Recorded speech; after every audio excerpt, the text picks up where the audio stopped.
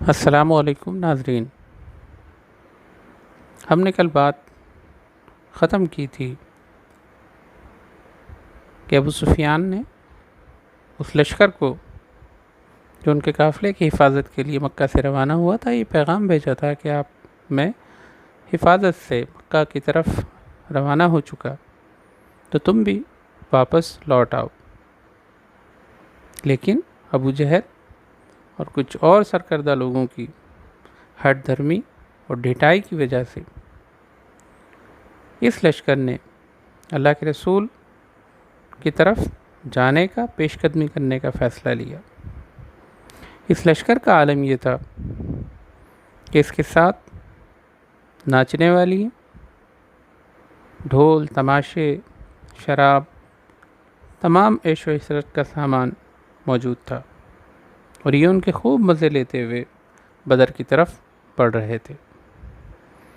اس بیچ میں ابو جہل نے مسلمانوں کے لشکر کے تعلق سے جو خفیہ معلومات اکٹھی کروائی تھی، اس کی بنیاد پر ان لوگوں کا جو کانفیڈنس تھا وہ اس حد تک بڑھا ہوا تھا، انہوں نے یہ فیصلہ کیا تھا کہ جب مسلمانوں سے ہمارا سامنا ہوگا تو ان کو ہم قتل نہیں کریں گے، ان لوگوں کو ہمیں گرفتار کرنا ہے اور گرفتار کر کے مکہ واپس لے کے جانا ہے، اور ان خداؤں کے سامنے جن کی وہ پرستش کرتے تھے، اور اسلام نے اور محمد صلی اللہ علیہ وسلم نے اور مسلمانوں نے جن خداؤں کا انکار کیا تھا، ان خداؤں کے سامنے لے جا کے باندھنا ہے، اور وہاں پر تڑپا تڑپا کر ان لوگوں کی جانیں لینا ہے، تاکہ مستقبل میں ایسی نعوذ باللہ کوئی گستاخی نہیں کر سکے۔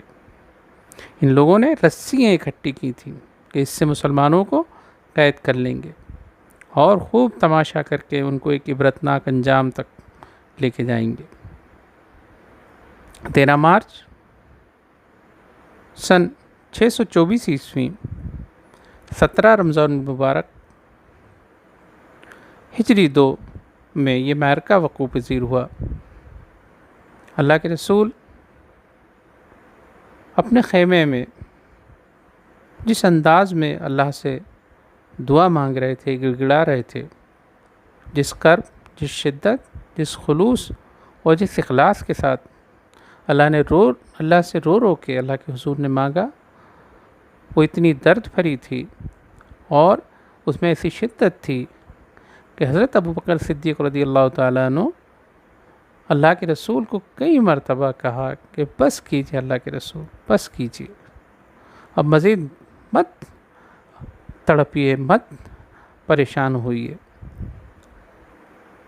بہرحال اللہ کے رسول نے اللہ کے حضور میں رو کر، تڑپ کر دعائیں مانگی، اور ایک ایسی دعا جو اللہ کے رسول کے ذریعے ہی مانگی جا سکتی تھی، جس کا مفہوم یہ تھا کہ اللہ، اگر آج یہ مٹھی بھر جماعت ہلاک ہو گئی تو قیامت تک اس زمین پر تیرا کوئی نام لیوا نہ ہوگا۔ یہ اس دعا کے الفاظ تھے۔ اس کے بعد یہ معرکہ شروع ہوا۔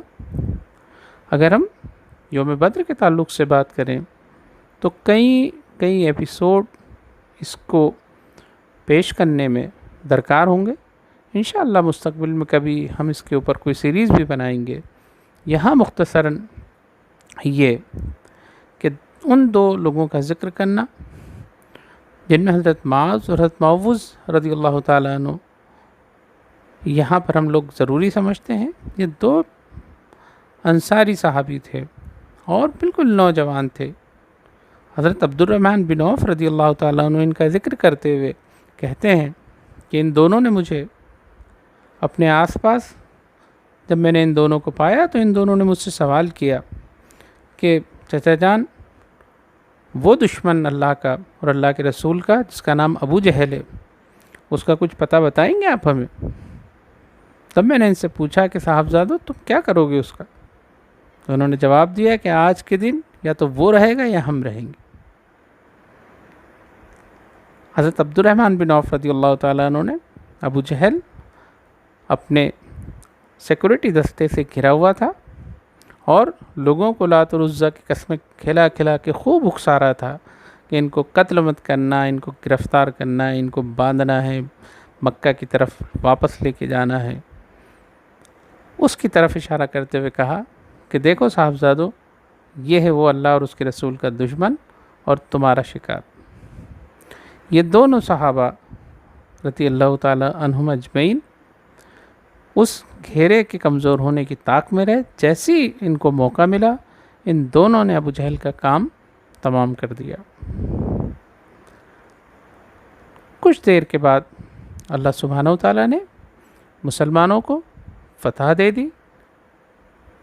70 جو قریش کے آدمی تھے، جو مشرکین تھے، وہ قتل ہوئے۔ 14 صحابہ اکرام شہید ہوئے، جس میں 13 موقع پر اور ایک مدینہ کی طرف جب اللہ کے رسول واپس ہو رہے تھے اس سفر کے دوران ہوئے۔ 70 قیدی ہاتھ لگے اور یہ معرکہ اپنے انجام کو پہنچا۔ اس معرکے کی اہمیت کا اندازہ اس بات سے ہم لگا سکتے ہیں کہ اللہ کے رسول نے جو دعا مانگی اس تعلق سے، اور اللہ نے اس دن کو یوم فرقان کہا، حق اور باطل کو الگ الگ کرنے والا دن۔ یہی وہ معرکہ تھا جس نے دنیا کی تاریخ کے رخ کو موڑ دیا۔ مختصر یہ کہ اس فتح کے بعد میں اللہ کے رسول نے 2 صحابہ اکرام کو مدینہ کی طرف روانہ کیا کہ وہ جائیں اور لوگوں کو اطلاع دے دے کہ اللہ نے یہ کامیابی ہمیں دی ہے۔ ان میں ایک حضرت زید بن ثابت رضی اللہ تعالیٰ عنہ تھے۔ جب یہ پہنچے تو وہاں لوگوں نے ان پہ سوالات کی جو بوچھار کی۔ اللہ کے رسول کی اونٹنی حضرت زید کے ساتھ تھی، تو جو منافقین تھے اور یہودی تھے انہوں نے اس بات کا گمان کیا کہ اللہ کے رسول نہیں آئے اور آپ کی سواری آ گئی، اس کا مطلب کچھ خبر اچھی نہیں ہے۔ اور جس انداز میں انہوں نے کنفیوز کیا، حضرت اسامہ بن زید رضی اللہ تعالیٰ عنہ کہتے ہیں کہ ایک وقت ایسا بھی آیا کہ میں خود اس بات کو لے کے تذبذب میں پڑ گیا کہ یہ خبر کہ حقیقت ہے۔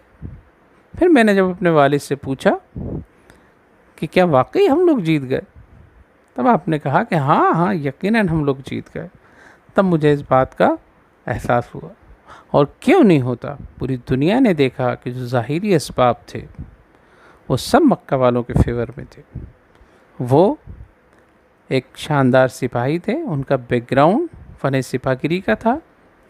یہاں پر صرف 82 کے آس پاس صحابہ کرام جو مہاجرین تھے ان کے تعلق سے ہم لوگ یہ کہہ سکتے ہیں کہ ہاں وہ فن حرب و ضرب کے ماہر ہو سکتے تھے، ماہر تھے، لیکن جو اکثریت تھی 231 صحابہ کرام کی، وہ تو بیسکلی کسان تھے، ان کا پیشہ کھیتی باڑی کرنا تھا۔ فن حرب و ضرب سے، شہ سواری سے، نیزے بازی سے، تلوار بازی سے ان کا کوئی واسطہ نہیں تھا۔ اس لشکر کے پاس نہ سواری کا ٹھکانہ تھا، نہ زر بختر کا ٹھکانہ تھا، نہ ساز و سامان تھا۔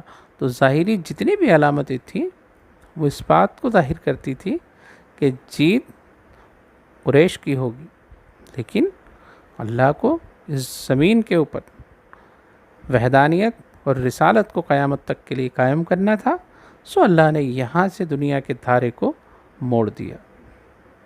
اللہ اس جیت میں جو سبق ہیں ان کو ہمیں سمجھنے اور ہمیں اپنی عملی زندگیوں میں اس سے فائدہ اٹھانے کی توفیق عطا فرمائے۔ کل ہم لوگ اسی پہ بات کریں گے، تب تک کے لیے اجازت دیجیے، اپنا خیال رکھیے، اللہ حافظ، السلام علیکم۔